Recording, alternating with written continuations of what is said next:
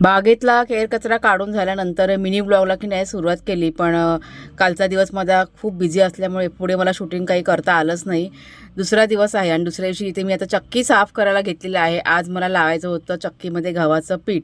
बऱ्याच वेळा मला कमेंट असं की ताई कोणत्या कंपनीची चक्की आहे, तर बघा तुम्हाला दाखवलं आता व्हिडिओमध्ये.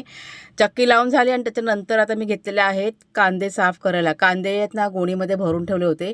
मी कुणालच्या बाबांना सांगत होती मागच्या वेळेस जेव्हा आणले ना कांदे, की आपण जमिनीवरती पसरून ठेवूया, पण ते काय ऐकलेच नाही.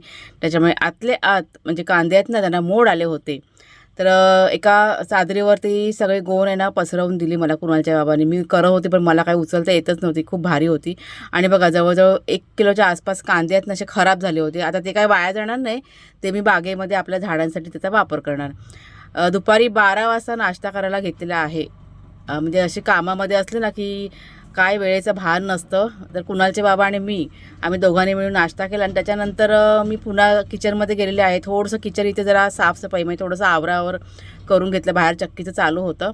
त्याच्यानंतर आवरेपर्यंत मला 1 वाजला आणि थोडंसं जरा चेहरा वगैरे जरा व्यवस्थित करून घेतला आणि परत दुपारचं जेवण. म्हणजे किचन काही सुटत नाही. तर आज दुपारच्या जेवणामध्ये फक्त शॉर्टकटमध्ये पिठी भातच करायचा होता. त्याच्यामुळे फारसा असा काही वेळ जाणार नव्हता. पटकन इथे एक उडदाची पिठी आहे ना ती फोडणी करून घेतली, भात लावून झाला होता माझा आणि त्याच्यानंतर एक 10 मिनिटं विश्रांती घ्यायची. त्याच्यामुळे इथे बसले होते आणि सोबत कुणालच्या बाबांशी गप्पा पण चालल्या होत्या. तर चला मग ताईनो, आजचा मिनी व्लॉग फक्त